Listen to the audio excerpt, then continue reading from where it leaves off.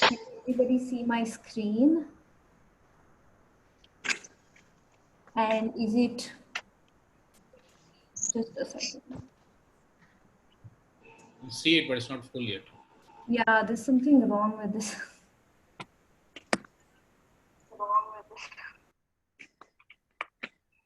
Hi, Nalini. Hi, surprise. Hi. Have you emailed it to any of us? Hi. It's okay? Is this full screen now? Not yet. We can see all your. Oh shit. Shrishti, is it Google Docs you're using? It everything will fall into non-aligned mode because it's a PDF. But can you see the Vikalp Varta screen properly? Is that visible? Not as clear as it was when Vinay was sharing. Yeah, I guess it's Yeah, but I think we can make do. Hi, Alice. So Vinay, aren't you sharing the screen, Vinay? because this is another presentation. That's why. Oh, okay, okay. You have something else. Okay, go ahead. Can you email it to me or somebody else immediately? Of course, yeah. It's a Google Doc actually, but. I'll suggest we can go ahead with it. This is like a short, very short presentation, and it's just the first slide which is. Okay. So I guess we'll begin now. Anyway, so welcome everyone. Very happy to be hosting today's dialogue. I'm Srishti. I'm from India, and I help in coordinating the Vikalp Sangam process, which is an alternative confluence process, and we have been organizing these Vartas. So before we begin today's dialogue, because there's so many new people joining today, it will be, we thought we will give you a little background about the Vikalp Sangam process and what's the idea behind it. So this process of alternative confluence or Vikalp Sangam began in 2014. And the background lies at realization of that there are many systemic crises that we are facing. These range from political, economic, social, cultural, and even personal. And these systemic crises are being responded in two ways. One is many struggles, resistance movements that are trying to resist these models. And the other response is in form of constructing alternatives and narrating different ways of being and these ways of being deeply rooted in certain values and principles of just, equitable, and ecologically resilient societies. So this process began with the idea of how we can bring in these resistance struggles movement as well as these reconstructing a new way of life and new ways of being sort of alternative initiatives and processes to a common platform, and how we can ensure that these networks, these groups, these initiatives can learn from each other, collaborate, constructively challenge each other, and can, in a collective way, imagine for an alternative future or many futures that we might collectively think of, which are deeply rooted in values I was mentioning earlier, of equitable, collective, and ecologically resilient ways of being. So, so this process, which began in 2014 until now, we have had physical gatherings of a number of alternative initiatives based on few themes like alternative economies, or youth, energy, food, and they have also been on certain regions. So some in Western Himalayan region, in Kutch, in Maharashtra, and different parts of India. And these gatherings have been physical confluences of peoples and networks who have been working on these systemic issues to come together and collaborate and envision for the future. So apart from these physical gatherings, the idea is also to document a lot of these stories because they don't really find space in the mainstream media. They don't find space even in many of our circles. So how we can actually visibilize many of these stories and thousands of these initiatives that exist across the country, and so that we have just a repository of them. So you see on your screens vikalpsangam.org. This is a website heavily focused on these very inspiring alternative initiatives across India.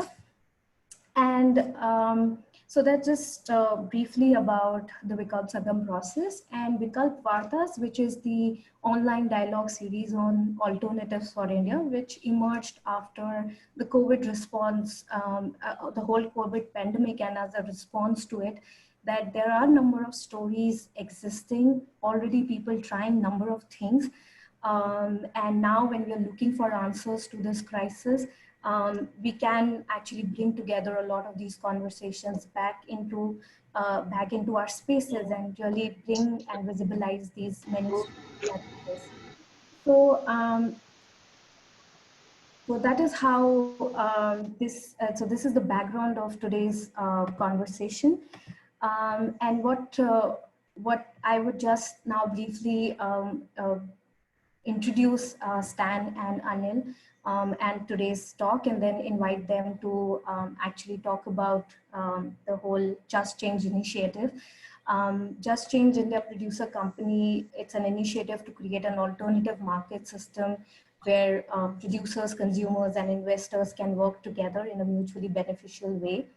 And it has emerged out of the experiences of Accord, an organization which was founded in 1986, and Stan is one of the co-founders of that organization. And they started working with the adivasis in Gudalur Valley of the Nilgiri Hills of Tamil Nadu. And Accord has also helped and found the Adivasi Munitra Sangam. And it's a membership-based tribal organization of 4,000 families or more as members. And what they will be talking to us is about just change when a lot of conversations have begun to happen about self-reliant economies, even our Prime Minister talking about self-reliance. What actually self-reliance is, it has become even more so important to narrate and talk about, and what it really means to create sustainable and ecological and also beneficial livelihoods for people.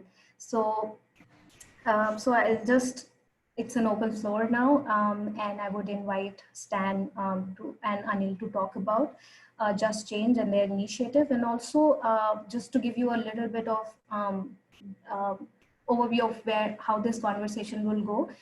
So Stan and Anil will talk for about 30 to 40 minutes, and then we will open the floor for everybody to comment, ask questions. And we would encourage you to, of course, if you have comments and questions, meanwhile, just type in the chat, and we will try to keep record of that. And we'll put it to Stan and Anil. So we will have around an hour or more to have discussions. So Stan and Anil, you can go ahead now. Thanks. Oh, sorry. I forgot to introduce myself, did I? So I'm Srishti and I'm from India. Anyway. Yes, Stan. Okay. Is the... Yeah. Yeah. Now the main guy starts talking, I guess. I'm just waiting for the screen to come up and then... They're just starting. And a request, please everyone, if you could keep your mics mute and camera off, that will be really helpful for the speakers. Thanks. Okay, are we ready to go? Yes. We are having a small technical glitch with Zoom, which there's this black band that comes in between. That's whenever we are saying unpalatable things, I think Zoom redacts it. So these are all the redacted parts, I think. So both Anil and I are redacted out now. I don't know if it's there on everybody's screen, but it is on mine. Anyway, welcome everybody. It's a nice opportunity to talk to all of you, and something that I'm kind of new to, but I suppose many of us are new to this mode of communication. And asking somebody who's spent more than 35 years with Adivasis under mango trees and tamarind trees with a whole day to spend, to try and tell a story that spans over 3 decades in about 15 or 20 minutes is really asking for the impossible. But I'll try and do so. So anyway, so the thing what I wanted to start with is that Accord starts, it's going to be a 3-part presentation where we'll talk first about the Accord story and the birth of Just Change, both of which I will do. And the third part is the more recent thing of where we have reincarnated Just Change in a new avatar, which Anil will take over. So this story begins, actually, we are based in the Gudalur Valley in Tamil Nadu. So it's a stunningly beautiful place, as you can see.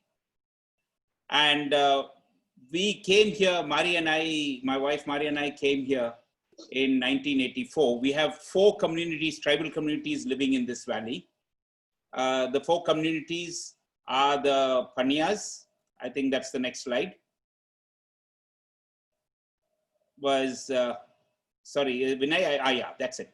So we have 4 communities that we work with: the Panyas, the Katinayakins, the Betakurumbas, and the Molokurumbas.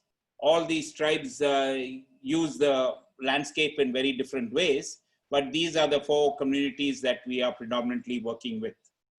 The Adivasis of the Gudalur Valley, more so than Adivasis in other parts of India, had been dispossessed of their land through various processes. First, in colonial times, to the government, when the government declared that forests were the property of the crown, and then subsequently to tea estates, and then to immigrant work settlers who have come especially from Kerala, who came into the area. And so in 1986, with a group of young Adivasis, we launched Accord, basically to fight for the land rights. And it's been a long march since 1986, where we went on to form, as we responded to the community's needs, we kept creating new organizations and new institutions and to cater to those needs, and right up to enabling them to engage in a modern market on their own terms. But we started in 96, Accord was set up more as a catalyst organization, not the typical NGO as such. It was seen as a catalyst to support the Adivasis to form their own organization, and assert and defend their rights. And so land rights took center stage. Vinay, if we move to the next slide. So tribals were organized into village sangams, and a small group of Adivasis who helped set up Accord went from village to village, organizing village sangams. And these village sangams federated in 1988 to form the Adivasi Munetra Sangam, which today is the representative organization of the Adivasis of the island. And in December 1988, they launched their land rights campaign, which is what the pictures you see up here. So through this campaign, which was highly successful, they managed to reclaim a lot of their ancestral lands from the government, from tea estates, and from large local farmers. But then we realized that they can't protect the land unless they have some crop growing on it. So we helped them to plant tea on the land, and we chose tea because tea was the mainstream economy of the area. And also it was a permanent crop, and so they could always prove their possession. But as the income from tea started coming in, it also broke their dependence on daily wage earning and on the local landowners. And so they had a new source of income, an independent source of income. And this simple thing changed the entire power relationship between the Adivasis and the non-tribals of the area. But soon we realized that fighting human rights, fighting on all the land issues and all that were not enough, because there were very major issues around their economy, regarding health and education and so on. Maternal mortality and infant mortality was twice the national average. And with the exception of the Mulukurumbas, nearly 95% of the children had no formal schooling to speak of. And nearly every one of them was in debt in one form or another, which made them further dependent and vulnerable to the local landowning communities. And so in response to this need, Accord broadened its scope, and we went beyond land rights and human rights to include health, education, and economic development. And so the health work, which is the next slide, began when Deva and Rupa, two young doctors freshly graduated from CMC Velo, joined us, and they started a highly successful community health program. And then we were also joined by Rama and Ramdas, who had been in education for a number of years, mainly in Pondicherry, who also came and joined us and started an innovative, culturally relevant education program, which is the next slide. And I'm just pausing for the slide. I think there's a time lag in the change of slides. So yeah, so we started this culturally relevant education, and so that children normally did not go to schools because the schools were very alien to them. And so we tried to create an atmosphere where children would feel welcome and at home. So I should perhaps mention here that we have always worked with a social justice lens and not a poverty or a development lens. We were driven by an analysis and understanding of power, and firmly believe social change will take place only when power relations change. I will not expand on this as much as I'm tempted to. This is my favorite topic, to talk about power relationships and how that causes inequality and so on, but I'll resist. And I'll leave it, if some of you are interested, we can pick this up during the question and answer session. But I think it's important for all of you to bear in mind, right through this presentation, that what we are really trying to do is attempting to change power relationship. And this has defined our work and has manifested itself in a variety of ways.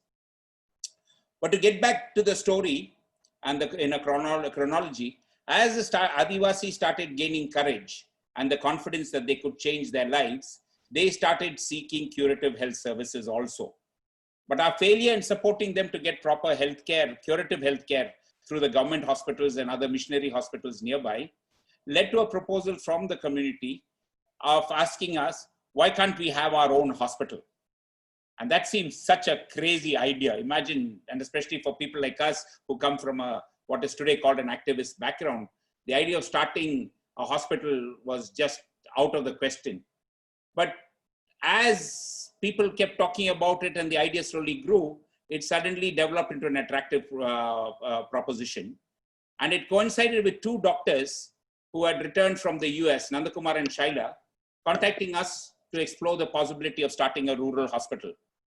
And voila, that's what we did.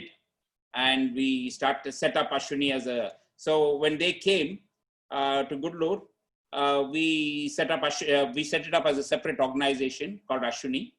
And Ashwini now runs 40-bedded state-of-the-art hospital and a large community health program. Again, if we have time during the question and answers, we can talk about how the hospital was much more than a hospital, much more than just providing healthcare. It also acted as an agent of change in a very significant way. In 1995, we had a big Mahasabha, 5-day Mahasabha, where a few hundred Adivasis came together. And it was there, based on the success of the hospital and Ashwini and the way it changed the relationship with the non-tribals around. The Adivasis at that Mahasabha said, can't we start more community organizations to meet our needs? And that's how we decided to launch a new strategy where a number of, to meet the developmental needs of the community, and a number of organizations were started. We had the Vidyodaya School, which grew out of the education program when Raman Ramdas expanded the education program. And this was, we set up another trust called the Vishwa Bharati Vidyodaya Trust, which ran the school and continued with the education program. And there were a number of other organizations were started.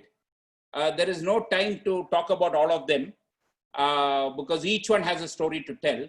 But we set up a tea plantation called the Madhuvana Plantation, which is a community-owned tea estate.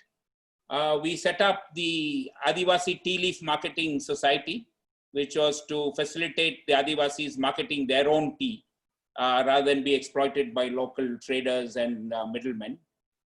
And so there are numerous organizations we set up, this thing, but really there is no time to talk about all of them. But let me just sum up where we are now.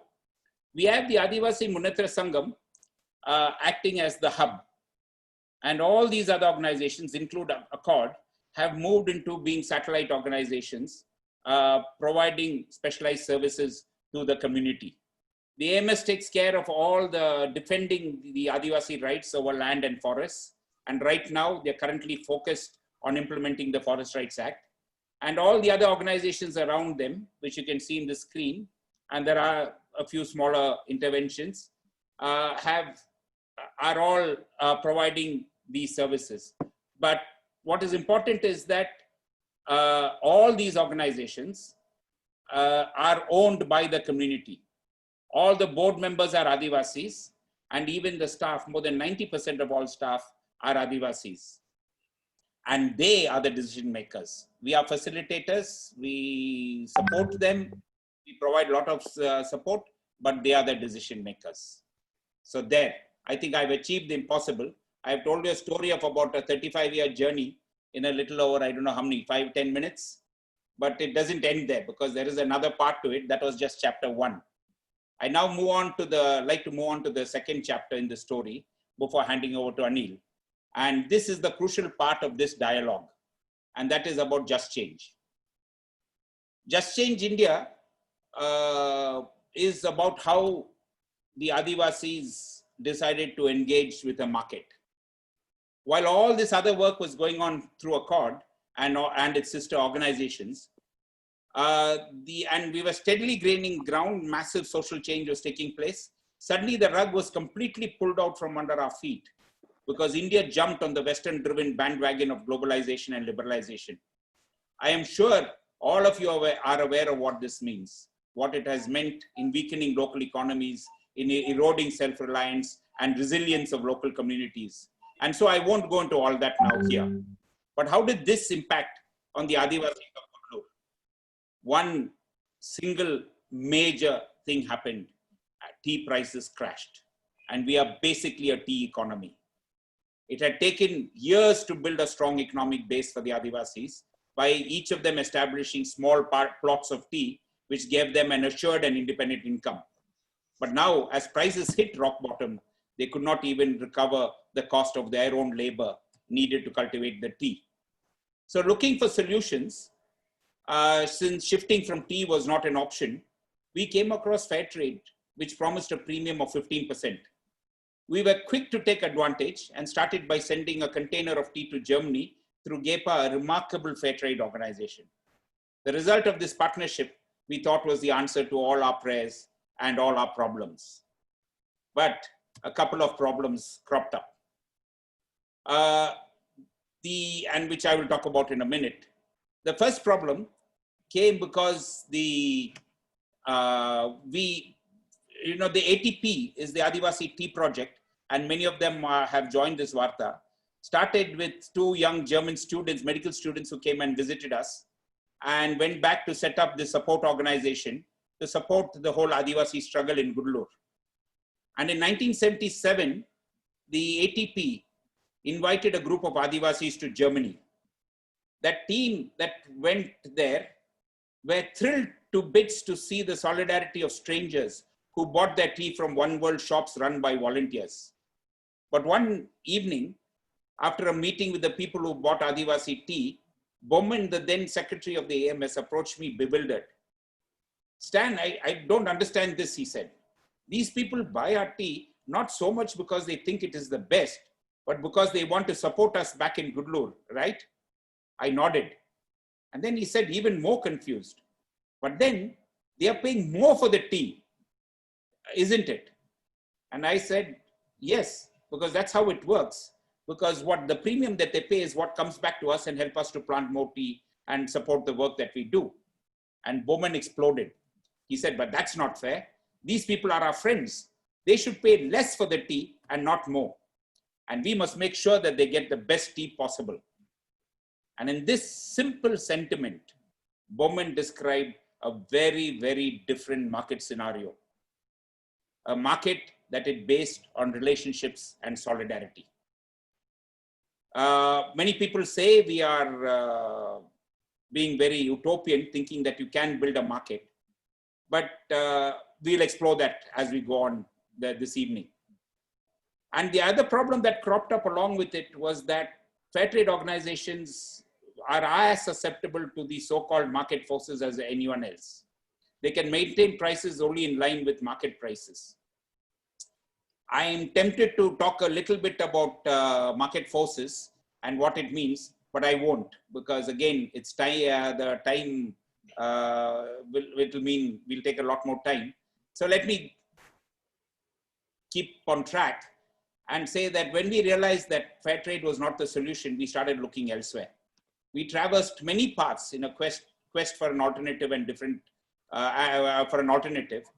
and different experiences along the way made us realize that this crash in tea prices was only at the wholesale level. Retail prices of tea had not crashed at all. So while adivasis were not even getting enough to cover their costs, you and I were still paying the same, if not more, for the tea we bought from the local shops.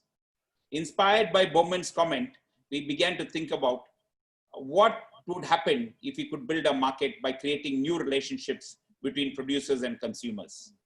And so Just Change was born, to explore whether this, whether this idea was feasible or not. After innumerable meetings with various community groups all over the country and even abroad, we finally found a few takers and 4 community groups. The AMS, I think their names will come up in the next slide. 2 women's self-help groups from Kerala and a large community organization from Orissa joined together to become the first shareholders of the Just Change India producer company. Other groups joined later, not as shareholders, but as members buying and selling products through JCIPC. I think, are we having a problem with the slides? Can we move to the next slide? Yeah. So, and teas started flowing from Gudalur to Kerala, to Orissa, to Nagapattinam and other parts of the country. Rice from eastern Tamil Nadu, spices from Madurai, coconut oil from Kerala, all started moving between these producer groups. And thus a collaborative market was born. We grew from strength to strength, achieving enough volumes to show profit by the 3rd year. There is another important dimension to this whole initiative, and that is the role of capital. But again, because of time, I won't go into this and will mention that we have come up with a new form of capital called participative capital, where the power of capital is stripped and shared with the producers and consumers. And all 3 players, producers, consumers, and investors, work in solidarity towards mutual benefit, which is the Just Change model, which I think we will talk about as we a little later on also. But let me just quickly describe one successful pilot in this before I go into our failures. And I will go into our failures. But we had one brilliant success where at a conference in Bangalore, all these 3, the success brought in all these 3 elements of investment, production, and consumption. And at a conference in Bangalore, we managed to raise about ₹1 million, that's 10 lakhs, as participative capital. This was used to buy 75 tons of paddy through the Pumpuar Kaveri Delta Farmers Federation, an organization of farmers in Pumpuar. PCDFF procured the paddy from their members at 10% above the market price. They used their tractor to move the paddy from the villages to the warehouse. Few months later, this paddy was trucked to a mill, and from there trucked again as rice to Just Change members in Kerala. So let's see what happened to all of in this whole transaction, in this pilot that we did. First of all, the entire market chain from producer to consumer was owned and controlled by the communities involved. This meant that money that would have gone outside to outside so-called market players stayed within the communities. Farmers began by getting 10% more. That's the thing. And they also got the hire of the tractor, went back to them. And it is only when the money started going, the hire for the tractor and even the warehouse, because they owned the warehouse as self, instead of it going into some big local, whatever you want to call it, owning a big warehouse, they kept it in their own warehouse. So the warehouse rent also went to the community. And finally, the paddy was shipped to a mill, and where it was converted into rice, and the rice was then moved to Kerala. And it is only this trucking cost from Pumpuar to the mill, and from the mill to Kerala, and the cost of milling which went out. Otherwise, the rest of the money stayed in the community. And finally, this was given, the rice was given to SHG Federation, so the SHG Federations who are members of Just Change in Kerala. And so the Federation got it at around 27 rupees, I think. And they gave it to the SHGs as 28. And the SHGs sold it to their individual members at 30, when the price was 33 rupees in the retail market. And so what we found in this was the consumer and their organizations had a gain of, and their organizations and the consumer themselves, individual members, had a gain of 3 plus, I'm bad at maths, so 3 plus 2 plus 1. So 5 rupees straight away there. And so when we looked at the total benefit that accrued, we found that we had a return of nearly 32% on our investment, in a 6-month period. But the numbers are not important at this point. The important part of the story is like by working together, we took control of the market. But even as we drowned in the euphoria of our success, disaster struck.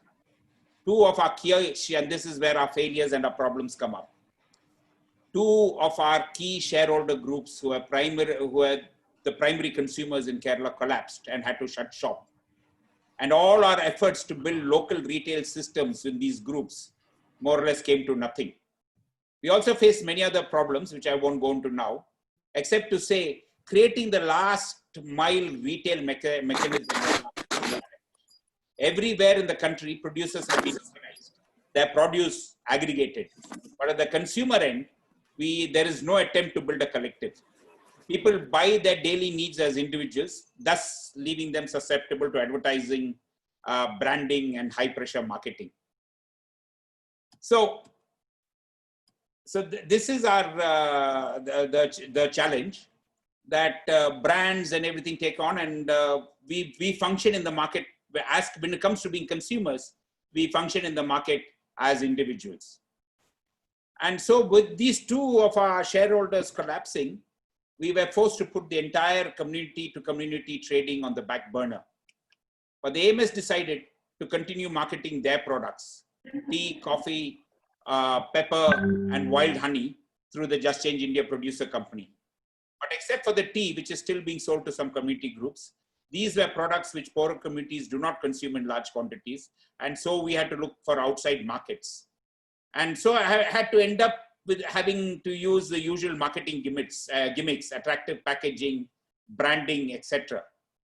And so in the next slide, you will see some of our current products that we are selling through JCIPC under the First People's brand. So we have coffee, we have tea, we have honey, and we have pepper, all of it which is being sold through the First People's brand. There is more to the story which Anil will take on to. So let's fast forward to 2020. What happened in 2020? The Vikalp Sangam happened. And in January, and we have been involved with the Vikalp Sangam from, I think, the very initial days. But in January this year, the alternative economy Vikalp Sangam was held in Pondicherry. At this gathering, I confessed that after nearly 20 years of trying to get this concept of just change off the ground, if we were to be honest, we had to admit that though it was a great idea and we had numerous stories of success, the bottom line was that we had not succeeded in creating a real alternative and in having real impact. Pushing 70, I also admitted that there was no longer the energy to work on reviving the concept. But obviously, this lit a spark as a predominantly young group at the Sangam decided that they would like to take it on and joined us for numerous discussions, sometimes late into the night, to chalk out a plan of action to launch what has come to be called, in the parlance of the young techies, many of the ones who joined us are young techies, they promptly christened it Just Change 2.0. And with that, I will hand over to Anil to take you through the third and most important part of Just Change 2.0. Thank you. Hey, thanks, Stan. That was a wonderful story. So in the next few minutes, I'll build on some of the ideas that Stan shared. We'll talk about resilience of collaborative markets and also go a little in terms of what exactly is a concept before touching on one example that we've gone into. Now, if you can move to the next slide, please. Vinay? Yeah, so this wouldn't have happened but for that session that we had at Oroville, where Stan said there were two paths. One is we continue the current option of marketing our First People's enterprise products, or we see if we can build on the original idea of Just Change. And it was really heartening to see the likes of Nachiket, Usha, Karthik, then a bunch of people, right? Prateek, etc., saying, yes, we'll support this. Right, so we got together, created a secretariat, and then we had this advisory group of Ashish, Dr. Satish, and Stan guide us. So over the span of 3 months, first 3 months of the year, we actually were able to build the model. And I'll walk you through the model in the next few slides. We had to pause it because of COVID, but I think we are still good to go. So we'll talk a little bit about that. So essentially, in the model, we're talking about investors, producers, and consumers. Investors were social investors who bring in capital, patient capital over here. Producers who are more environmental friendly producers, and consumers who are willing to commit slightly long term, or willing to commit quarterly, half yearly, annually to the producers. And in this model, for example, like Stan said, it's been tested out and we're good to scale it. Producer A, for example, could be a paddy grower, and producer B could be a tea grower, or producer C could be an oil seed grower, right? Or producer D could be either into fabric, textiles, or artifacts. The beauty is that with an entity like Just Change, we will be able to facilitate this exchange between different entities. One is the consumer gets access to this portfolio. Second is, so you have consumers as one of the main category. It could be urban consumers or it could be rural consumers. The next part is producers. While we typically look at them as producers, this is the other dimension to that also. Every rice grower also needs a chai at the end of the day or early morning. Every every tea drinker needs that rice or oil, right? So if we were to look at it in a manner where these producer groups are also consumer groups, it opens up a completely different dimension. Now, it's easier said than done. Is it lofty vision? Yes, it is. But is it doable? And we'll speak about that. I think it is doable.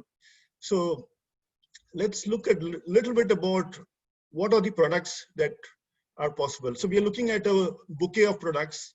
And when I said we paused this in March, we had actually identified producer groups who are willing to bring different range of products into our bouquet, which could be offered to both the producer groups and the consumer groups. So this is what the bouquet would look like for a consumer group. And the question in most of our minds would be, so what's the value proposition for these people? What's the value proposition for an investor or a consumer or a producer? Vinay?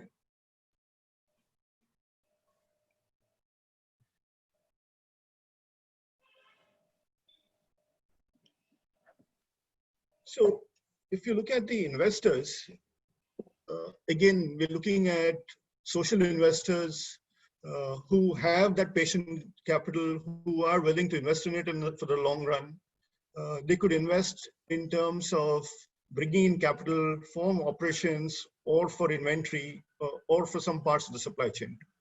We're looking at producers who, again, are friendly with the environment, don't damage the environment, but the value prop for them is they get a secure demand, which is fair and also just returns, right? Also, if you look at the producers, they now have a slightly better control of the supply chain, right? If you look at COVID, many of you would have read about it. There were a number of farmers who had turmeric, ginger, mangoes, and a whole lot of other produce, but they had no access to the supply chain. Now, with this model, we would have things much more under control, right?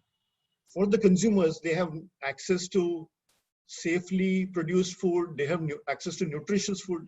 More important is they know where it is coming from, right? So if I were to step back for a minute, and I had a few questions in mind, right? Let's say, do we really worry about where does our food come from? And there is this famous phrase, roti kapda or makan. If it's kapda or clothing, we, sorry, just hang on, Vinay, if you can stay back. Yeah, I'll give you a cue. So if it is clothing, we look at the brand, we look at the fit, etc. If it is a house, we look at who's the builder or it's a good place to rent. But when it comes to food, do we really wonder about where is it produced? Is it safe or not, right? This particular model will help us know where it comes from. It'll also give us the quality, and that's what we will assure to all the consumers, right? So that's in a nutshell, the value proposition that we're talking about. I'll give you one example as we progress in terms of what happens when markets collapse, what happens when there is a challenge. And that's where the concept of resilience and collaborative markets comes into picture. Vinay, if you can move to the next one, please. So this is a community that we are very close to, the Thekaekara community that Stan mentioned. They are honey gatherers and they've been doing this for generations. There are one or two aspects which are really touching, right? So one of the customers asked me, can we get access to the bee wax? So when I checked with the team back, there was a beautiful response that came that the Thekaekans have a really good arrangement with the ecosystem. When they go to collect honey, for example, they say a prayer to the tree. They ensure that they don't remove the entire hive from the tree, right? So it gets an opportunity to recoup. Second is, when they bring the hive back, they remove the honey, but they leave the hive behind for the bears. And what they say is, that's our arrangement with the bears. We give them the hive and they protect us, they don't attack us, right? So there are some really beautiful anecdotal stories from the Thekaekara communities where they are conscious producers, right? And they ensure that they don't destroy the environment. Now, that's a group we would like to give you a little visibility of what they're doing. We'll share a short video over here. Vinay? Yeah, I'm just sharing. There is some lag, so please bear with me. Sure.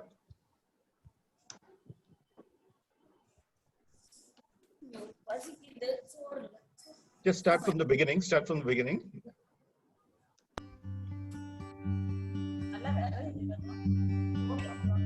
The AMS is a federation of 315 tribal village sangams and has 8 area collection centers. A few years ago, a court helped the Thekaekara to collectively market their wild honey under the brand name Be Wild. The Thekaekara have now formed a self-help group called the AMS Thayan Kutam, which has now entered into a marketing agreement with Just Change India producer company. The honey collected by the Thekaekara is weighed at the AMS collection center, right in front of them by Basavan, the person in charge of the collection. He logs details about the weight, type of honey, and number of people in the group into a mobile app developed by Accord. By scanning the QR code, each individual's details are captured, including the total amount due, savings, and the balance payable. Jaya, the area secretary, is able to verify these details on her computer and enters this into the passbook of the individual. The cash is paid instantly. This honey then goes to the Accord Processing Center, where it is bottled and packaged for the market. This center also packs other items like spices, coffee, and tea, marketed by Just Change. We ensure utter transparency throughout the process and eliminate the Thekaekara's dependence on unscrupulous local traders. This has empowered the community to undertake complete ownership and be the primary financial beneficiaries of their own produce, thus allowing the Thekaekara's to sustain their legacy.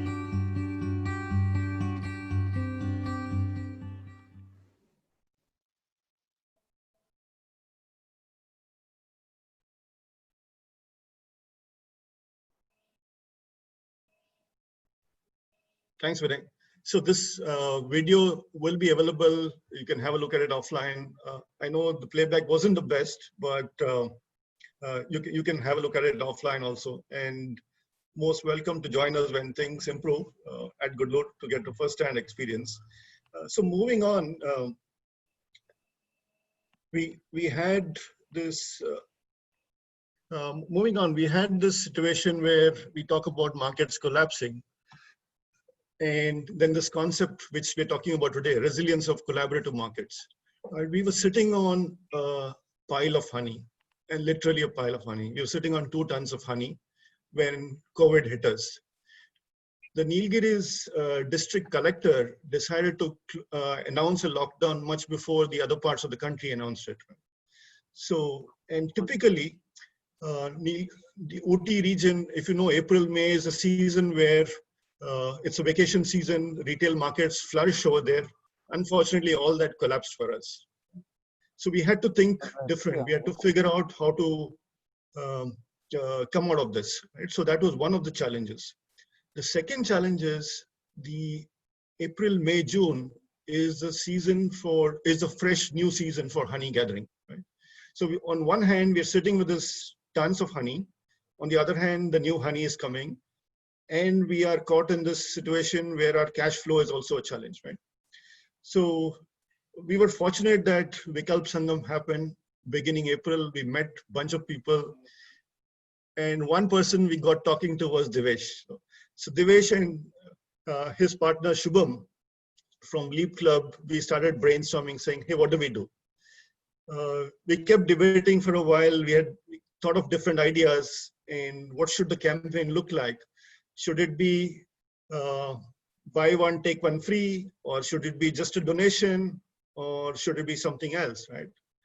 And finally, we ended up with this campaign of this lovely picture, which all of us are very proud of: give money now and get honey later. Help the adivasis communities during lockdown. The beauty of this campaign is it really went viral. Right? People loved the idea, and that is where the market actually begins, where it's a market which we have a control. Each friend and supporter connected us to someone else and someone else. And what I'll share in the next slide is the impact of this campaign. Vinay?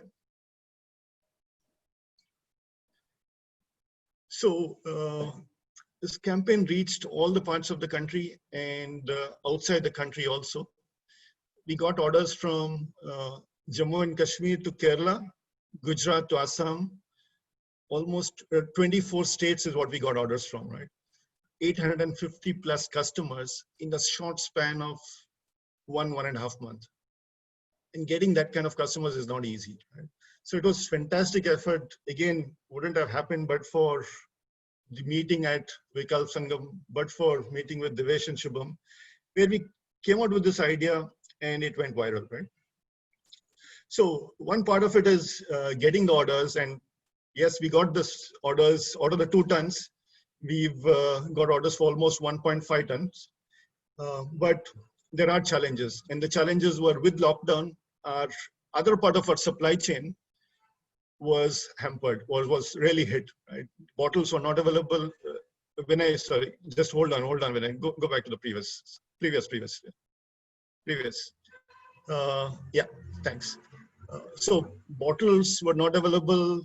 The entire supply chain was impacted. Cardboard boxes were not available. And we had customers sending nasty messages saying, how long can we wait for your honey? Can we cancel your orders? But slowly things improved. And I'm happy to say that over the span of last 4 weeks or so, we've managed to cover Bangalore, Tamil Nadu, parts of Delhi, and slowly other parts, right? But what is more important here is we did this with partners. We partnered with the likes of Buffalo back in Bangalore, with the likes of Panal Farms in Chennai. And that's an important element for all of us to understand, where you can get orders, but that other part of the distribution is critical. And if we don't figure that out, we can get customers across the horizon, but how do you distribute to them? You can't unless you optimize that, and that part is very critical, where you optimize your last mile also. So you need people who can aggregate orders. You need partners who can combine your delivery with their delivery if you have to make this cost efficient, right? Vinay, we can go to the next one, please.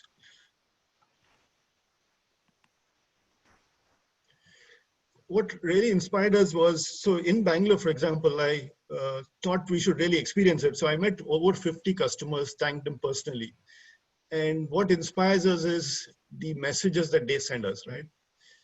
Yes, we had 1 or 2 nasty messages, and I wouldn't blame them. You have these experiences when people have not experienced natural honey, but then the lovely messages that come make up for the little trickier messages that, right? So I'll leave you to a few seconds to read the messages. There are some more also, but we've not been able to put everything on the screen here. So a real big shout out to the customers on who send us messages for us, right?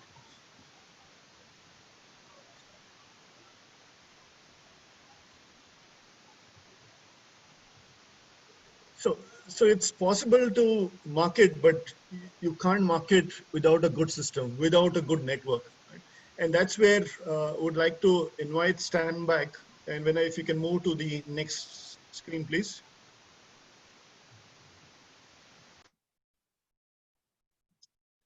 Yeah, so we'd love to have Stan back and share some of his thoughts on how do we make it, take it to the next level. Right?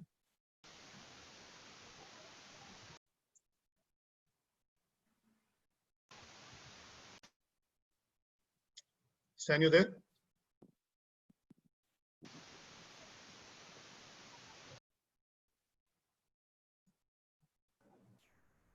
Stan? Yeah, okay, I got it. Succeed in getting. It's very difficult to mute me, but somehow it succeeded. What people don't succeed, technology did. Okay, just before I go to this thing of would you like to be a Just Change champion? The thing is that when Anil was going around in Bangalore meeting people, we found a lot of people who are living like now, for instance, in some of these apartment complexes, these gated communities and all of them, who are saying, listen, can I be your champion? Can I sell to all the people in my complex, to my community? One of my friends who are here who's joined this chat also, she sold the honey to all her friends in her apartment complex. So we had a very good response there, and that's when we realized that if this alternative market based on relationships and all that has to happen, it's not only about community trading, which we have to do because that's where the volumes will come, and that's why we are really benefiting the consumers as well, for consumers who get quality products at lower prices. But the possibility of also marketing to urban communities, and that's where real solidarity will build. And so if any of you all would like to be a champion, especially on the consumer side of things, you are most welcome to write to us, and we'll explore how best we can build this. In conclusion, I just want to mention one more thing, is that, you know, this whole story sounds very nice. We showed you lots of pictures, even a video and everything like that. But finally, it all boils down to this: it's about people. If we did not have the right people, the best of ideas are of no use. And so we had a long, through my mind, faces are just streaming past. Deva and Rupa, who joined Mari and me right in the beginning to start the health program, Rama and Ramdas, who came to start the education program, Nandakumar and Shaila, who came and started the hospital, Anu and Krishna, who started the whole construction, Anita, who worked on ecology. The names just keep coming. There are so many of them, and many of them are still in Gudalur. Some have moved on to start their own organizations or join other organizations. But the good thing is they all remain still part of the Gudalur family. But most importantly are the people from the community itself. The Sangam leaders, the youth of the villages, and our teams led by KTS, who led the Accord team, the team at Ashwini, led by people like Ambika, Sita and Sridharan, the team at Vidyodaya, led by Shanti and others, and of course, numerable financial supporters also, who have been with us along this whole journey. And finally, I'd like to remember at this point, a number of people who no longer walk the earth with us. They have moved on to a place we will eventually go, I'm sure. But right now, they no longer walk this earth with us. But we believe that they very much are with us in person. Chati, Amani, Radhakrishnan, Surendran, Manoran. So when we look at the people who are here in Gudalur, who have moved on, who have moved into another dimension where we can't see them, I just want to end by saying that none of this would have been possible. And if all of them were not with us, we would not have a story to tell. So thank you all very much, and it's over to you for questions.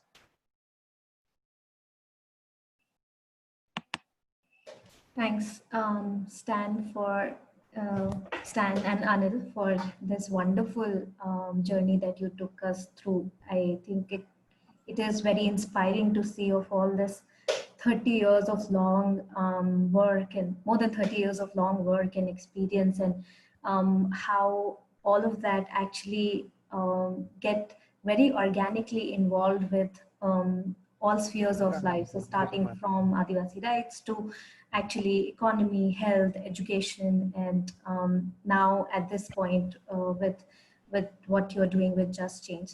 So it's very inspiring. And I think some of the things that you mentioned about economy and participative capital, issues of power relations, I hope these things are sort of explored in the questions, and we can sort of unpack some of these terms that you mentioned, and we can understand them more. And what to me was most striking was the worldviews of Adivasi people of markets, producers and consumers. What does that really mean for people, and who are part of this system, and we never really understand or begin to understand their worldviews. So a little opening on that was very, very interesting and inspiring. So I will just invite now maybe my colleagues who can help me with the questions. Juhi, will you take the questions now? Or Vinay? I will take questions. My internet's a bit shaky. Vinay? Sure, thank you. So I was just looking at the questions, and I think I just saw the first question was something around what Stan mentioned around power. I think George and Mohan kind of asked few questions around that. So we can do this as well. Like we can invite George to come up and speak briefly, not take too much time because we want to take as many questions as possible. So George, you can come online if you are available, and then you can speak your question if you'd like.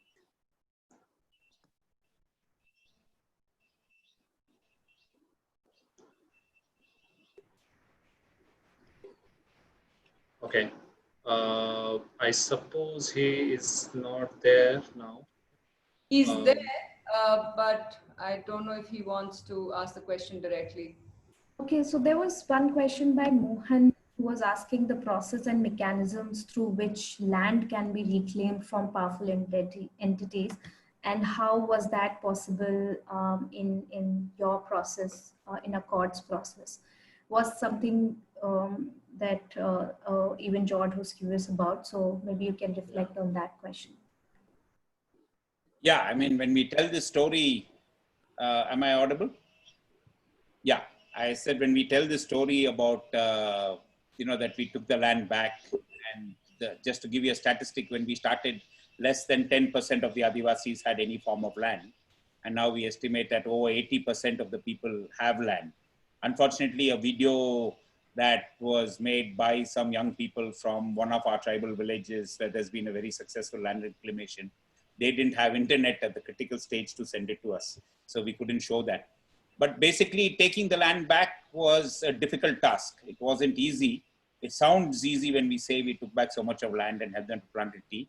We of course became, persona non grata with everybody here because we are upsetting the status quo.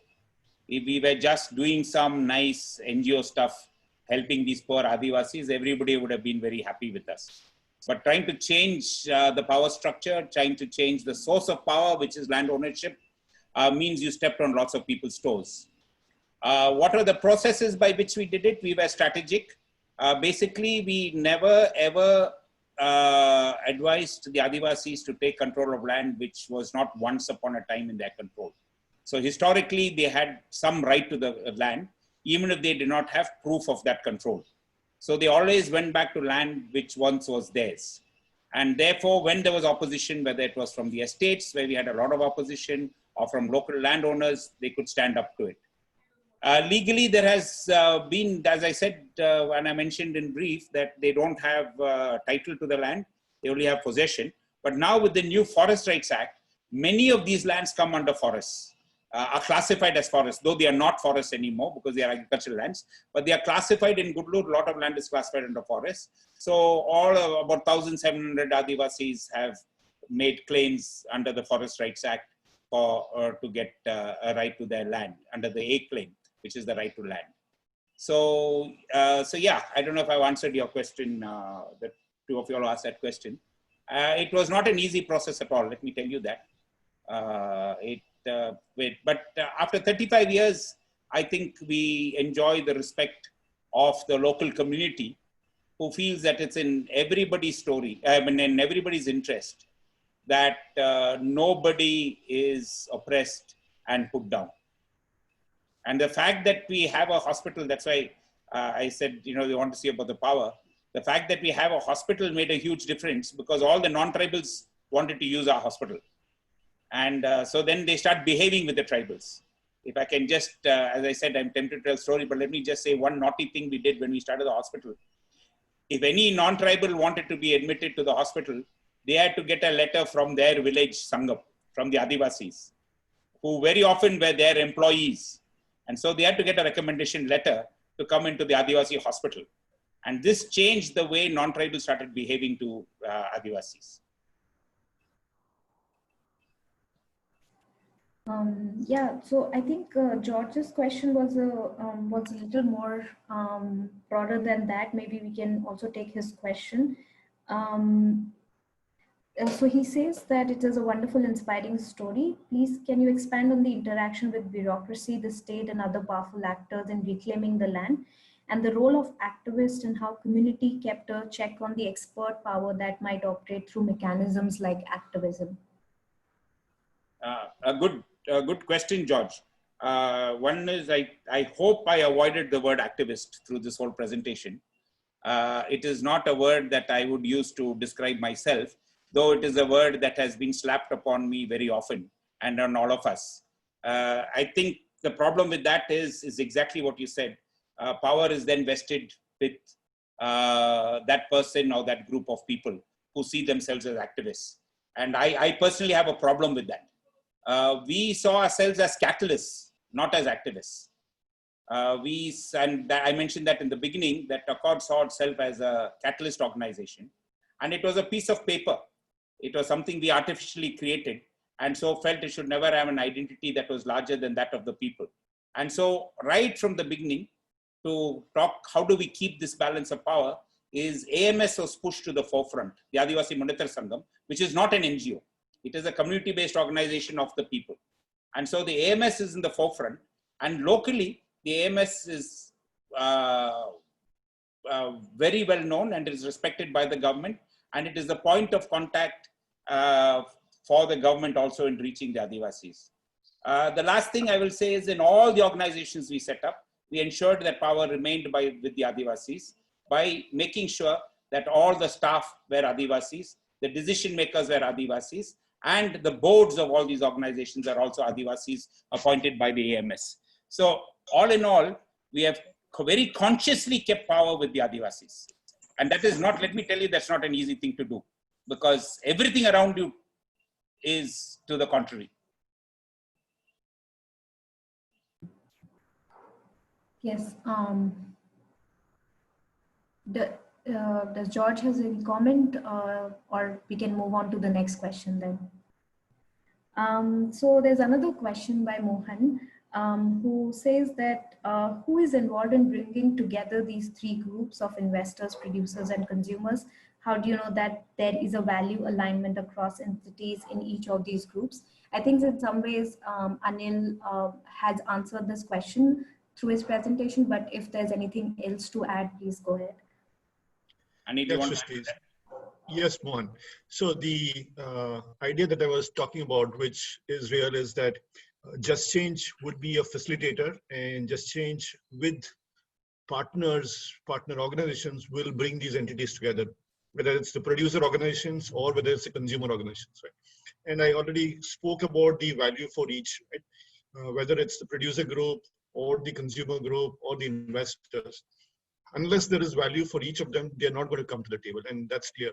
And we have to position the value not just in the beginning, but constantly, because the world constantly is changing, right? Stan, do you want to add anything? No, that's fine, Nandi. That's the point. I mean, it's what you have said is right. That Just Change again will act as the catalyst to bring people together. It is a challenge. I don't say we have the answer, but then if you have the answer, then what's the fun? The fun is in finding the answer. Actually, I had a question that a couple of people asked me, right? Isn't this a barter system? The answer is not. It's not going to be, it's not a barter system where producer A exchanges with producer B. So there is Just Change, which is a facilitator. A may buy something from B, but may not give something to B in return, right? It may buy something from C. But at the end of the day, what we want to see that the value remains with all these entities of the system, so that it doesn't go beyond the system, right? And there is a net trade-off. What we don't want is producers coming onto this platform just to market their produce. This is not a sales engine, right? This is a platform for us to partner with each other, whether it's the consumers or whether it's the producers. Yeah. And if I can just add to that, Anil, that when we are talking about this producers and consumers and investors working together, one of the things we visualize is that nobody can participate in the just change triangle with just one aspect. In other words, you cannot be only a producer or you cannot be only a consumer.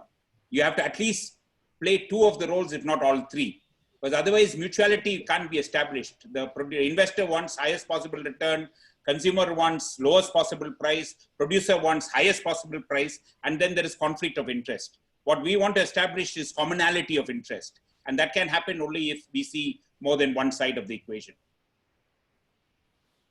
Anil, Shrishti, can I just jump in on that barter thing before Yes, sure. the next question? So Anil, there was also this idea in our discussions at the Alternative Economic Sangam that if, for instance, there are two communities who need, like somebody needs tea and somebody else needs honey, could there not also be non-monetary transactions? I know it's difficult, it's complex, because values, etc. But this is something that could also help build solidarity much more than just monetary transactions, right? Yeah. Agreed, Ashish. I think that definitely is an option, but that shouldn't be the only option. That only if you buy from me, I will sell, right? So we want to keep it open. But if there is a fit, that's the ideal one. Ashish, it's my dream that eventually we'll reach a place where there is enough trade happening within this model that we should be able to create our own currency. Because basically what is money or what is this currency? It's just keeping track of a transaction. And it's a number. You know, you keep a track of a transaction and then we add value. So how much is one honey, 1 kg of honey, what do you value it at? So I think it's, that's our dream, but we have to evolve to that. I may not see it in my lifetime, but I do hope that the younger people who have stepped up to take over Just Change will build it to a level where we actually create a true alternative, not just an alternative to how we exchange our products, but also an alternative to the way this whole economy works, which is totally and completely based on capital. And so there is no economic activity that is not based on capital and measured in monetary terms. But we should be able to go beyond that. Maybe at the end we can just talk, Juhi, you can mention about Vikalp Sutra because that's also part of that dream also. So, Yes. We can do that at the end once the questions are over. Thanks. And I'll take a question and prompt you on that. So this is a question from Milan. Wish to know the net income of Adivasis. What was the price Adivasis got per kg of honey? How does it compare to the price in the absence of your organization? In the last part, I'm not too clear about the question, but maybe take these things. How does it compare to the price they would have got in the absence of Just Change? Do you want to take that? Yeah. So, especially with the tri-fed conversations, etc. Stan, maybe we can throw some light on that. Yeah. So one thing is, just to tell you quickly, one is that honey is not their only source of income. To answer that question first, sorry, the question is not in front of me, but so I'm just based on what you said, Anil. They have other sources of income, primarily wage labor and things that. But one of the things they are discussing now is there's lots of other non-timber forest produce. And so along with this honey, can that be added in? But I think an interesting thing to say here is that when we organized them and when they came together, they decided on a price that was almost 40% more than what they were getting locally. So upfront, they got 40% more. And after these sales took place, and now after this honey campaign, we found we were able to then share another, what we called a patronage bonus, back with the farmers over and above the price at which we bought it, which is the whole idea. But a really interesting thing about this whole thing was that the impact that this has on the market, because we control the market, we enter the market on our own terms, the impact that it has had is that this year, the local people are offering the same price we offered last year. So the whole market price has gone up because of our simple action. And Anil was mentioning about tri-fed also. A lot of our honey and other products are being sold in tri-fed. And because of the success of our, the whole honey, the AMS Thekaekara, where the video was shared with the Tribal Welfare Ministry and with TriFed and everybody. They have decided that the minimum floor price of honey should be 250 rupees a kg. Whereas in many parts of Chhattisgarh, Madhya Pradesh and so on, it's ranging from 75 to 125 rupees a kg. And so we can impact by these alternative mechanisms, we can impact on mainstream markets. That's the point I think we want to make here. Yeah. Anil, do you want to add anything or should we move to the next question? Yeah, I was looking at Sita's question. Do you want to take that up? Sita Gopalkrishnan. Yeah. So let me pick the question. Okay. Stan, question for you. It's easier if I pick the question because I can route it to Stan. So Stan, the question is about AMS and how did the first set of people come forward to be part of the Sangam and sell honey to the cooperative and not to the traders or existing platform? How long did this process take? And what, in your opinion, was the catalyst that helped people make the switch? Yeah. Was this more to do with the land rights movement you were part of? So that's the question. Yeah. So to first, let me pick up somewhere in the middle, saying that the time gap between when we first started mobilizing and organizing the Adivasis to them forming their cooperative to sell the honey is over 25 years. This thing was helping people to come together and form their Sangams. And for that, the key thing was that we identified a few young Adivasis who understood the problem that their community was facing and wanted to do something about it. So we trained them, and that's my background in social analysis, trained them in social analysis, understanding what was happening to them, understanding the causes of their poverty and the discrimination that was taking place and why they were so powerless, basically understanding their powerlessness, and then looking at ways of changing that power relationship. And that's how we started the land rights movement. And that land rights movement and their planting tea and they becoming part of the dominant economy of the area, which is a tea economy, is what changed everything. That changed everything. It's not that we gave employment to a few people, that some people got government jobs through reservation or things like that. It's not about it. It is changing the entire economic base of a community. That was the fundamental change, and it is on that foundation that the hospital, the school, the health program, everything has been built on that one simple foundation. The question is, I think, what is the rest of the question, Anil, about the honey? What made them come into this honey campaign? So this is not a standalone. You see, this interaction with the community is not because, oh, you have honey, let's see how we can sell the honey. It's not that. It's an ongoing relationship with the community. And I must also mention, we don't play, and this goes back to George's question. People like me who have come from outside, we don't play a major role there. It's people from the community who have done it. It's Adivasis themselves who are interacting with the Adivasis in the village. And so they were, when this problem came up that people are getting cheated in the honey, they're not getting not only were they not getting a fair price, they were, it was being undermeasured. And there's a lot of exploitation. That was when it was decided to organize.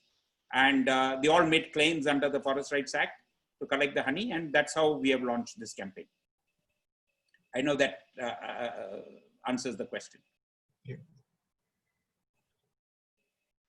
Stan, on the organizing part, there was an interesting question from Nachiket. Yeah, let me come to that. If you could elaborate a bit on how you dealt with the health aspects during COVID and what measures were taken.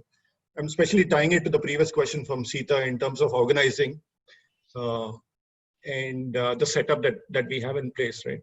So what kind of measures have we taken, and is there any space for local traditional health system and practices? Yeah. So the first bit, sorry, I'm just closing the windows because we have, I live in a forest area. So we're having a lot of competition from the cicadas. So I think that makes it a little more silent. Okay. The first question is, I don't want to go too much in detail on that because I'd like to focus more on the whole thing that we're talking about, the alternative markets. But very quickly on COVID, we were very quick to respond even before the lockdown and all that, anticipating these kind of things. And our hospital started getting COVID ready very, very early.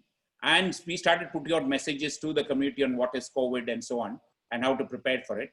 On the socioeconomic side, we started realizing that many of them with lockdown can't go for work, and the rice that they get on the PDS would not last, doesn't last them an entire month. And then since the lockdown started at the end of the month, we realized that many people would be without food. But basically we had this whole network. So the important thing here is, again, seeing this 35 years of work, realize that we have a very, very strong network of people in every village. And so from every village, volunteers were selected or came forward themselves. And there was daily contact with these volunteers. And it's these volunteers who took up the entire distribution of relief materials in these villages.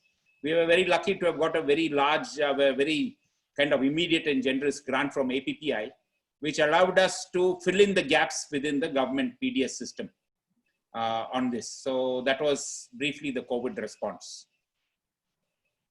In terms of traditional health medicines, Nachiket, we have to admit that we have not done too much on developing those, because one is that right from day one, we were looking to solve problems which could not be solved by traditional medicines. But having said that, people are encouraged, and it's still very much alive. We have done quite some work in identifying who are the traditional healers, in documenting the medicinal plants that they use, and so on, and encouraging people to continue with their traditional healers. We don't shy away from that. And if this is not an aside, I'd like to mention one more thing because I'm very hung up on being culturally relevant and understanding people's cultures. One of the things the Adivasis always do is when somebody is sick, they call their spirits. And this is something that many people discourage because it's dismissed as being superstitious. But I can tell you, when I was seriously ill once, in one of the villages, they did call the spirits. And when I was told that, I really felt a lot better. To know that, you have support like this and so on. And I can't resist this. When Mari and I were once talking to people about this in one of the villages in Chembakoli, somebody said that, of course, we call the spirits. And said, yesterday we admitted somebody in the hospital, and Nandakumar is going to operate on him today.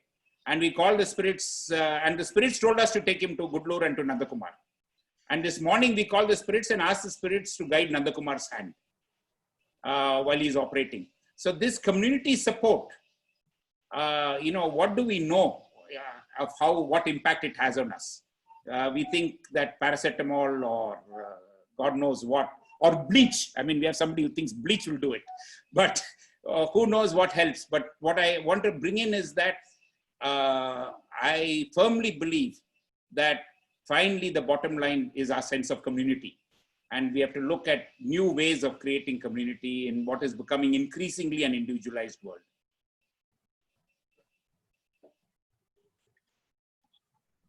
That was very beautiful, Stan. And I would like to mention Geiger's question, how you build skills of managing an enterprise with local people. Do you or Anil want to respond? How do you build skills of managing an enterprise with the local people? You catch people like Anil. Anil, you want to? Yeah, so we've had, actually I was looking at another question, and Srishti, you should bring that up. It's one of Stan's favorite question, participative capital. So bring that up later. Mine also. Okay, so let me talk about this skilling people, right? So we've had few enterprises in the past, and one thing which Stan didn't speak about was, yes, he helped them get the land back, and then someone had to teach them to cultivate tea. So it was Stan who learned how to cultivate tea and then taught them how to cultivate tea, right?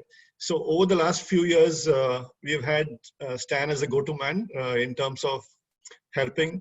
But slowly going forward, we're trying to set up a system where we can bring in people from outside who can do the handholding, especially when it's new enterprises. And it's a little early. We don't want to share those details right now, but maybe in few months' time, we'll talk to you about that. The only clue I'll give you is we're calling it Adivasi Innovation Hub. So there is some work that's happening. I won't speak more right now, but let's go back to the main topic. Yeah. Thanks. Stan, so there's been a question on if you could expand on the topic of participative capital.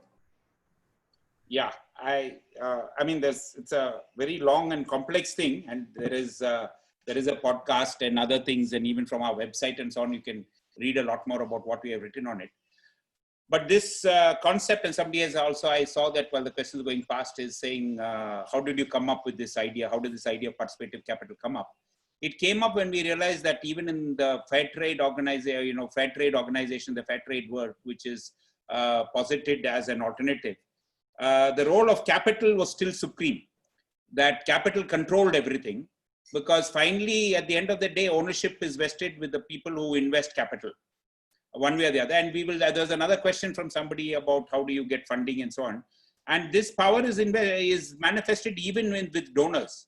Somebody gives you money, and therefore a tremendous amount of power is vested with the owners of capital, whether it's philanthropic capital or commercial capital.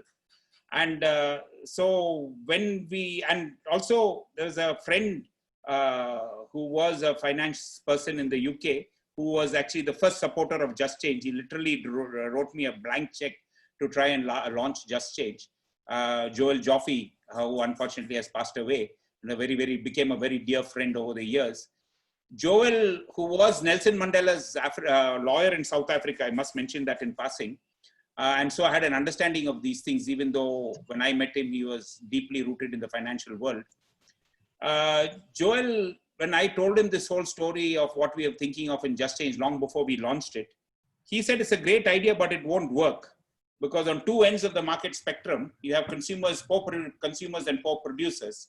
And the consumer can't wait till the tea goes to, the producer can't wait till the tea goes to somebody thousands of miles away. And then the money is all collected and sent back to the producer, which might take 6 months to a year. They need money up front. And the consumer is not going to wait saying that, here's my money, go to the shop and say, I want some tea, and then wait for 3 months till the tea comes. Having said that, people waited for 3 months for our honey to come, but that's another story. But that was when Joel was the one who first proposed, said that this equation is not going to work unless you can figure out a way capital fits into that equation. And bringing capital the way it is today, where the first charge on any economic activity is to capital. If I take a loan from the bank, in my business plan, the first thing I work is the cost of capital. The next thing is the installment I have to pay back to the bank, and so on. And so capital has a tremendous amount of power over the economic activity of everybody, and especially of poor people.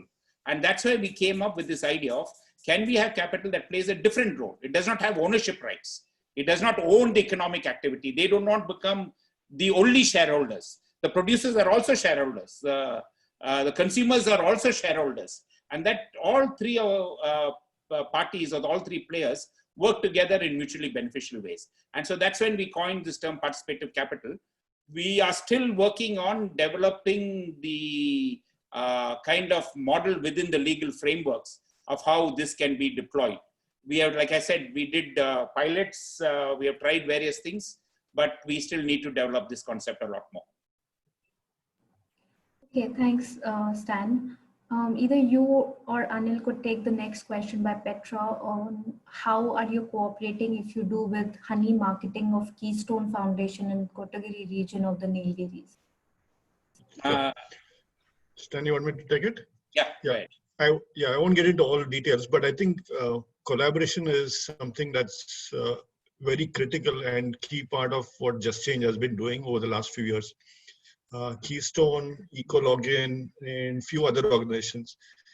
So we constantly are in touch with them, because why reinvent the wheel every time, right? And there are issues that we face. For example, what's the right design of the bottle, or what's the right, is the quality okay? So we do reach out to them in terms of helping us test our product, helping understand their learnings, have we collaborated from a marketing standpoint? Possibly not right now, but with Just Change 2.0, we have reached out to Timbuktu Collectors, Keystone, DDS, and many of these organizations who have expressed interest to team up with us. Yeah, and if I can just add, Keystone and we are very, both as organizations and as people, we are very close to each other, and a lot of information sharing goes on between us.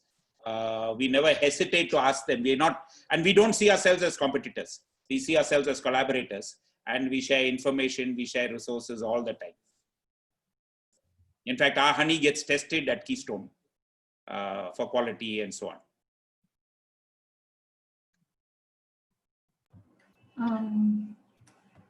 So I think I don't see any other question except Mohan asking, have you written something on participative capital?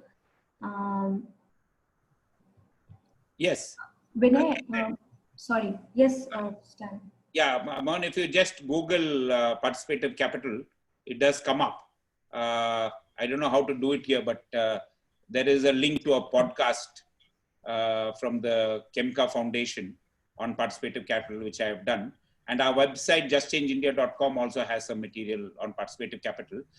We did a major piece of research to establish that participative capital is not such a unusual idea, in the sense that we actually saw it working in the fishing community in Nagapattinam, where I don't know if you have time to go into this, but basically we found that class did not emerge with capital as it does in all other economies like agricultural economies.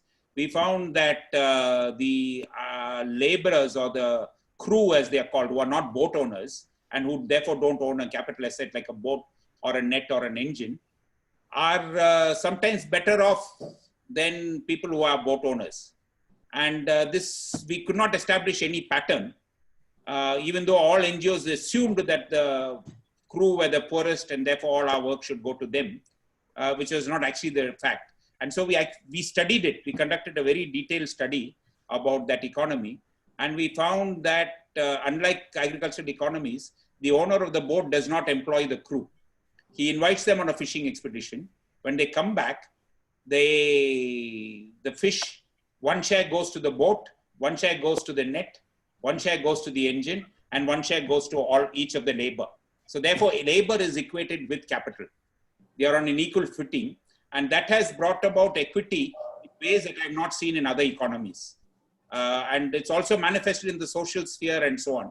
So where boat owning, people who own boats, even fiberglass boats, which is on the top of the ladder, would marry into a crew member's family and so on. And in their local panchayat also, it was not controlled by just one class of people. So capital did not have the power that it does in other economies. And that was a very interesting study, and that led to developing the idea of participatory capital even further. Thanks, Stan. So we have a couple of more questions and then we should move towards winding up today's discussion. So Vinay is asking a question about, Stan, if you could talk about your personal journey of how you managed your and your team's temptation to control things and operations and let the adivasis actually be the owners and the decision makers. That's a tough question, but I think very simply, if I have to answer you, Vinay, I think you have to make that your religion. You just have to firmly believe that this is how it should be. Because like I said, everything is stacked against you. Like for instance, when we started, everybody would call me sir. And in Tamil, it's sar. But sar is also gravy. So I would turn around and say, what gravy are you talking about? Is there any chicken gravy around or what? And make a joke out of it. And insist that people, if they felt uncomfortable calling me by name because of the age difference, they could call me, what in Hindi would be Dada, Anna, or Chetan, or whatever. But not to go into these automatic hierarchies, which we see in society, to be reflected in our relationships. This was a conscious decision. And we had to work at it. It doesn't happen naturally. A lot of work took place. Like for instance, When doctors come to our hospital, when Anil came, he was interviewed by the adivasis. The adivasis, it's not an interview as we understand it, because the interview structure in a dominant society is again a power structure. You know, we are sitting behind a table, we are interviewing you because you're dependent on me to get this job. It's not like that. We have conversations, we find out, people dig deep into Anil's mind to find where his heart lies and try to understand it. And that's how decisions of who should work with us and all that are arrived at. So recruiting people also is a process in which the community is involved. And they will ask questions that we tend not to ask of people. So which, you know, we understand the value base. So we are more interested in people's values than anything else. Skills can always be picked up along the way. Sorry.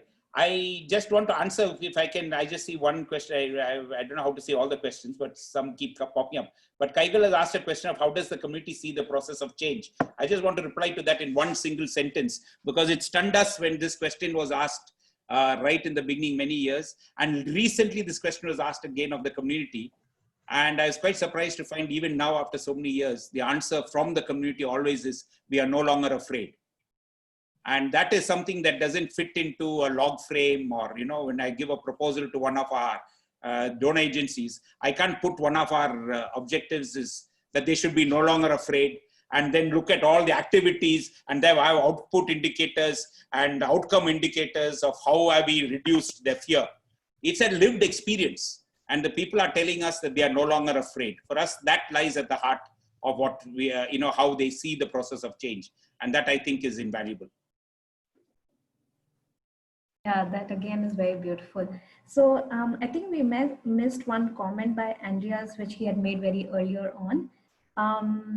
And maybe also partly a question.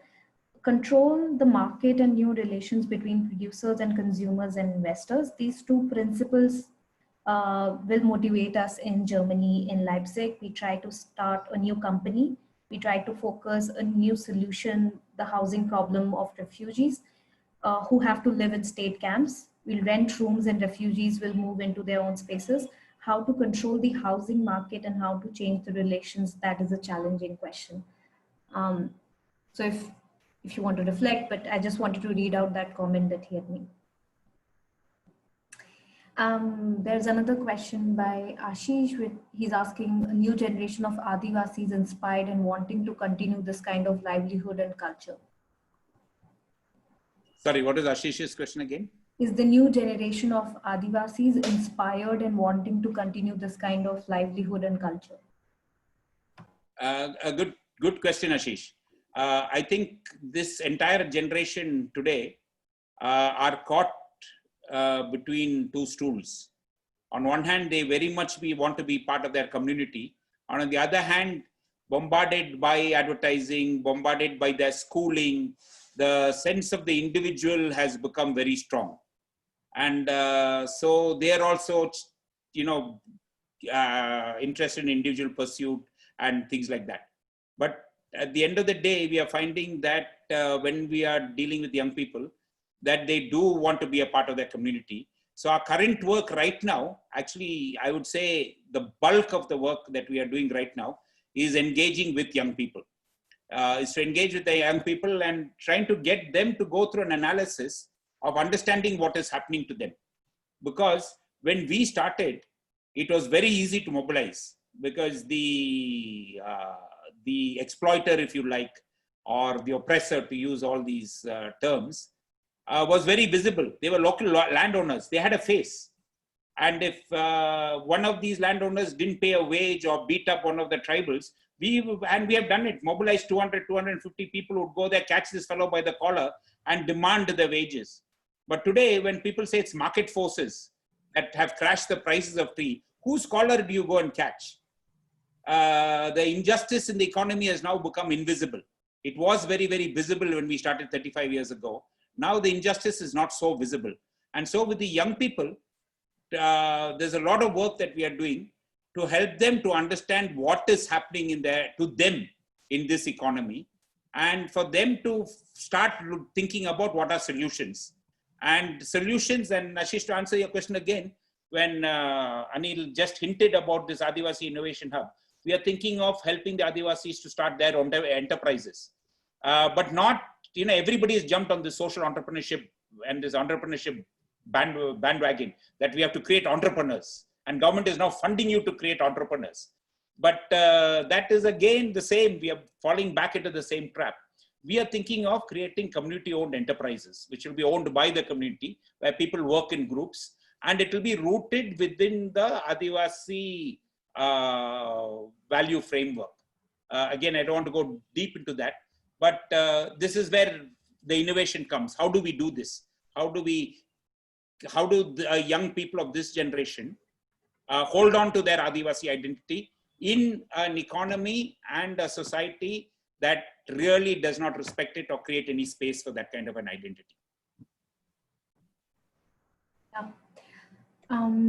So if there are any last comments and questions, please feel free to say them or write them on the chat.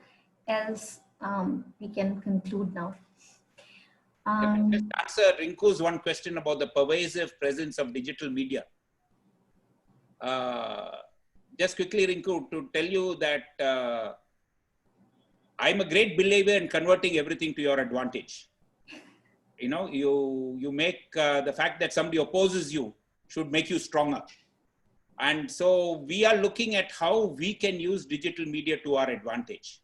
During this COVID time, digital media played a very, very important role. But the point is, currently, the digital media, the content that is passed through digital media is again out of your control.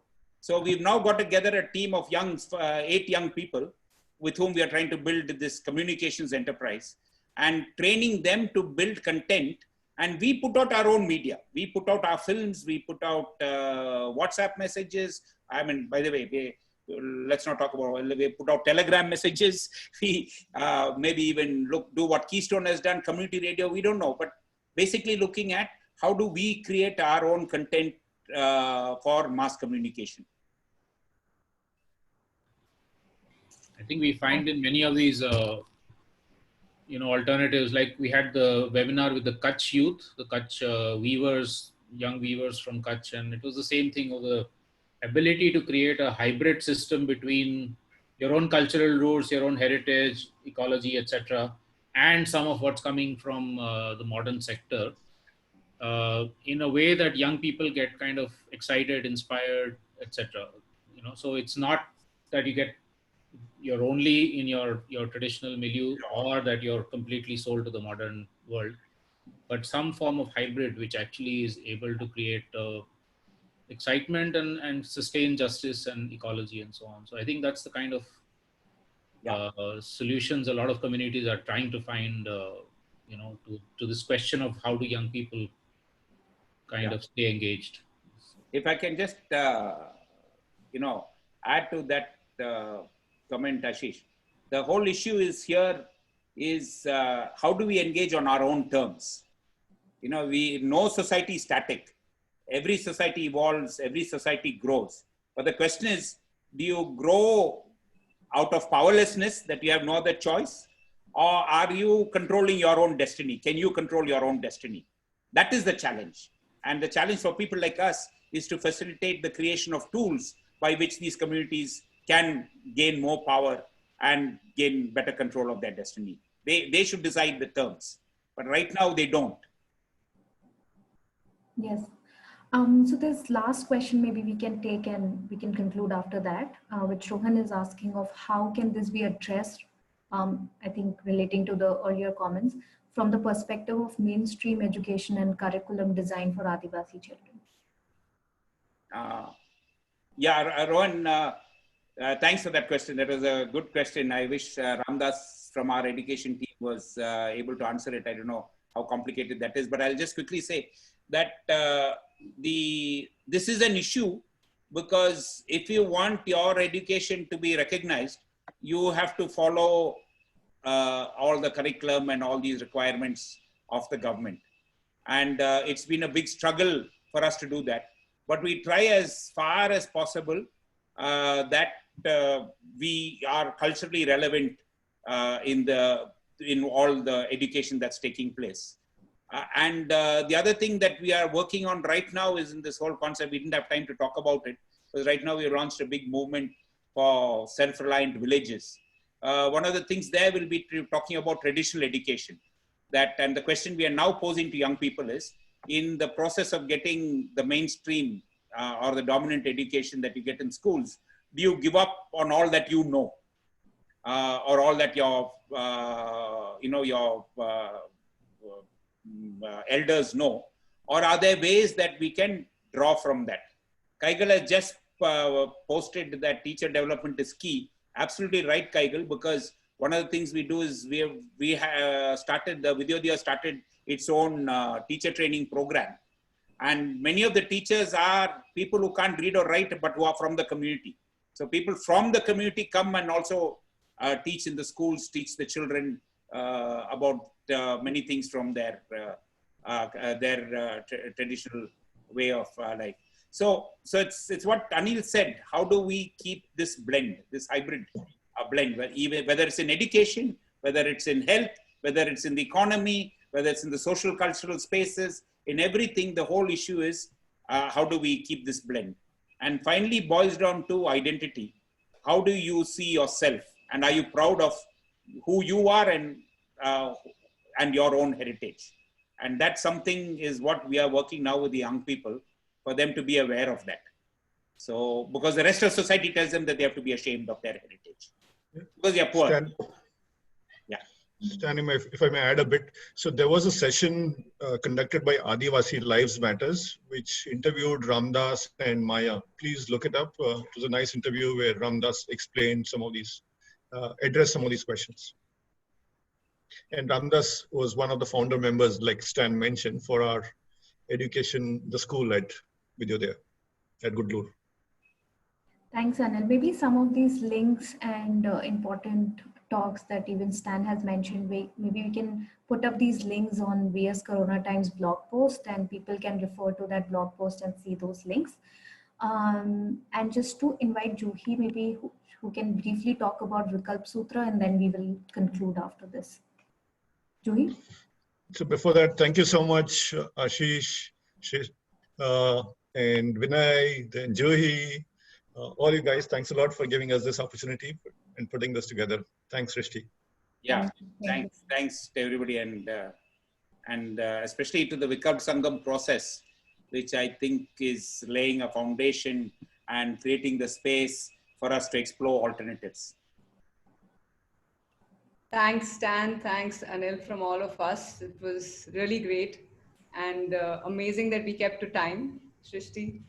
So actually, I would say something that's just changed has inspired, and Vikalp Sangam has inspired. So since we have an audience here, we wanted to tell you that, Vikalp Sangam is doing its job of, continually bringing these linkages together, talking about the stories online, as well as bringing people of the similar issues together.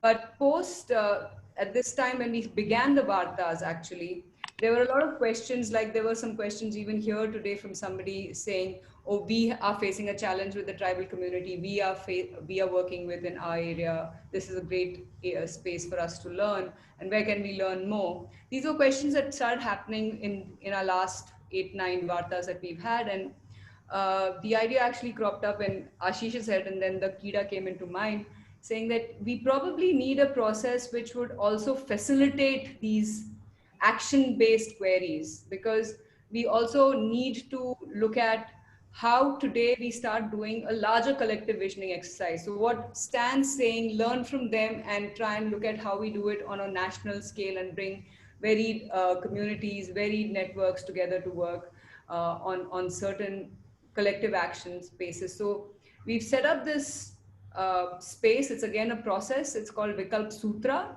Sutra obviously meaning binding people together. Stan and Anil have been in the thinking group since the first meeting we've had.